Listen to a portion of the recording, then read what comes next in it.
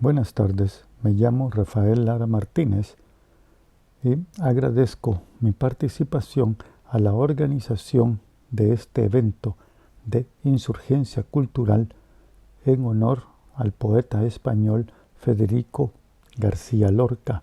Hablo desde la perspectiva salvadoreña en honor a poetas que murieron de la misma forma que el poeta español. Me refiero a Roque Dalton, a Amílcar Colocho y Amada Libertad. El primero cayó en manos de su propio grupo guerrillero y los dos siguientes en manos del ejército salvadoreño. Hablo desde una perspectiva rulfiana que denomino poética, poesía más ética igual poética en dos palabras. Se trata del descenso de Juan Preciado al inframundo, a Comala, en busca de sus ancestros difuntos. En este descenso se produce una confusión entre el pasado y el presente. En busca de un arraigo cultural, de una identidad, el presente se proyecta hacia el pasado. Para ilustrar este precepto rulfiano, referiré tres fechas claves de la historia salvadoreña. La primera es 1882, luego el paso hacia 1932 y finalmente 1975, cuando asesinan a Roque Dalton. En 1982 suceden dos eventos cruciales. El primero es la ley de extinción de ejidos, que desposea a las comunidades indígenas de sus tierras comunales. Gracias a eso, dicen la mayoría de los autores de la época, se crea un auge de la industria cafetalera y un auge del capitalismo en El Salvador. En la misma fecha también se funda una literatura nacional monolingüe. Una de esas ramas de la literatura nacional se llama indigenismo, cual plantea una crasa paradoja. Es decir, el indigenismo presupone que los indígenas carecen de tierra y carecen de una lengua ancestral que sustente su logos. Como ejemplo prototípico de este indigenismo en pintura que sigue vigente hasta el siglo XXI, los invito a visitar el Museo Nacional de Antropología, cuyo símbolo es David J. Guzmán, es decir, un escritor salvadoreño antiindigenista y racista que promueve la migración europea para desarrollar el país. Asimismo, otros miembros de esa generación se llaman Francisco Gavidia, Vicente Acosta, Arturo Ambroge y la Fundación del Ateneo del Salvador.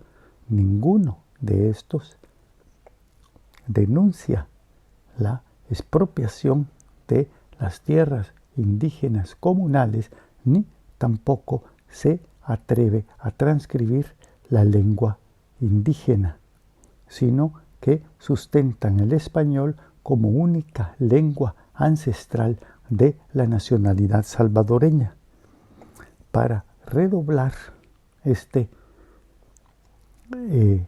indigenismo en pintura, también hacia la época sucede la Revolución Rusa, que todos ustedes conocen. Ninguno de esos autores se atreve a alabar esa revolución. Por lo contrario, si leen Soter y el bolchevique de Francisco Gavidia, él se declara como un anticomunista o un antimarxista acérrimo, al cual se le debe oponer la identidad nacional. Asimismo, otro gran padre fundador de la literatura salvadoreña y de la política de izquierda en El Salvador, Alberto Masferrer, propone un mínimo vital, es decir, que todas las personas del país deben obtener un mínimo vital, un sueldo, una educación, una vivienda, etc.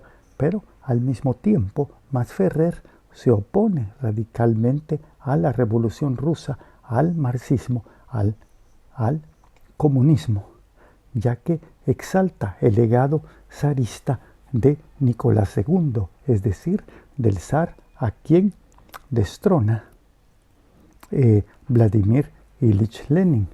Entonces, antes de 1932, tenemos un arraigo de la literatura nacional en el anticomunismo, en el antimarxismo. 1932 se conoce en El Salvador por una amplia insurrección indigenista que fue reprimida en nombre del anticomunismo, y uno de los fundadores, también padres fundadores reconocidos actualmente del indigenismo salvadoreño, Salarrué, declara ese mismo año que los comunistas son crueles comunistas, sórdidos y rapaces que hablan de degollar en nombre de la justicia. Pero entonces tenemos un amplio arraigo en del indigenismo salvadoreño y del nacionalismo en el anticomunismo. Los invito también a consultar dos revistas claves de la dictadura de Maximiliano Hernando Martínez, que se inicia ese mismo año de 1932. El Boletín de la Biblioteca Nacional. La Biblioteca Nacional actualmente no posee ninguna publicación, y también los invito a revisar la revista El Salvador de la Junta Nacional de Turismo, que se distribuía en las embajadas. En ambas revistas publican todos los autores clásicos salvadoreños, ahora consagrados por su indigenismo, por su nacionalismo y por ser el arraigo de la izquierda salvadoreña en su anticomunismo, en su antimarxismo. Eso nos crea un problema vital antes de 1975. Es decir, hay una confusión entre el nacionalismo y el marxismo, y también se cree que el apoyo al gobierno es el verdadero compromiso político.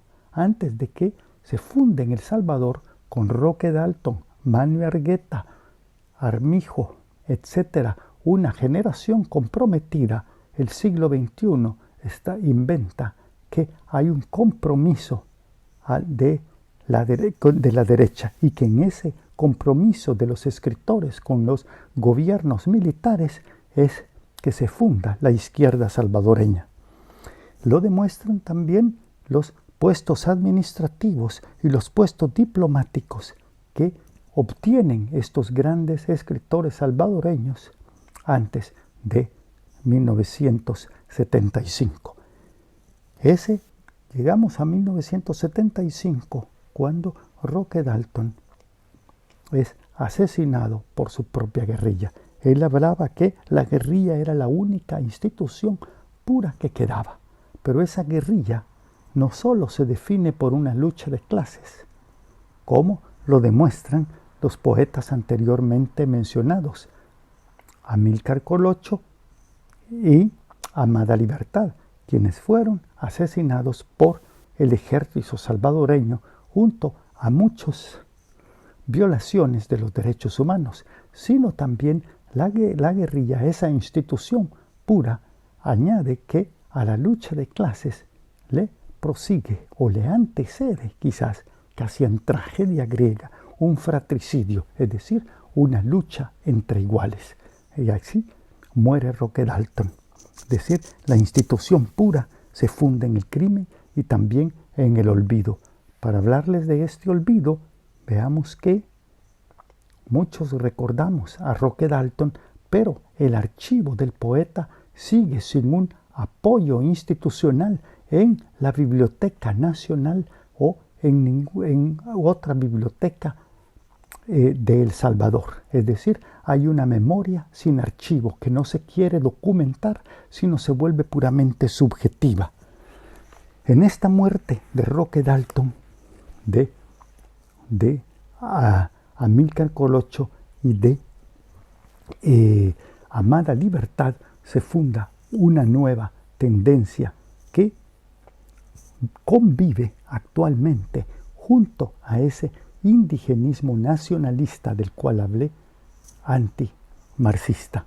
Y esto va a ser más que un marxismo-leninismo, voy a hablar que en El Salvador el marxismo se funde al cristianismo, es decir, a una visión martirial, sacrificial, en el cual los poetas se vuelven miembros de la guerrilla para ofrendar su sangre por la patria.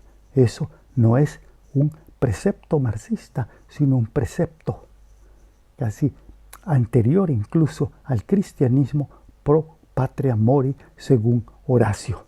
Es decir, tenemos más que un marxismo-leninismo, actualmente lo que tenemos en El Salvador es un marxismo cristiano, un social cristianismo en el cual los poetas son los primeros en el sacrificio.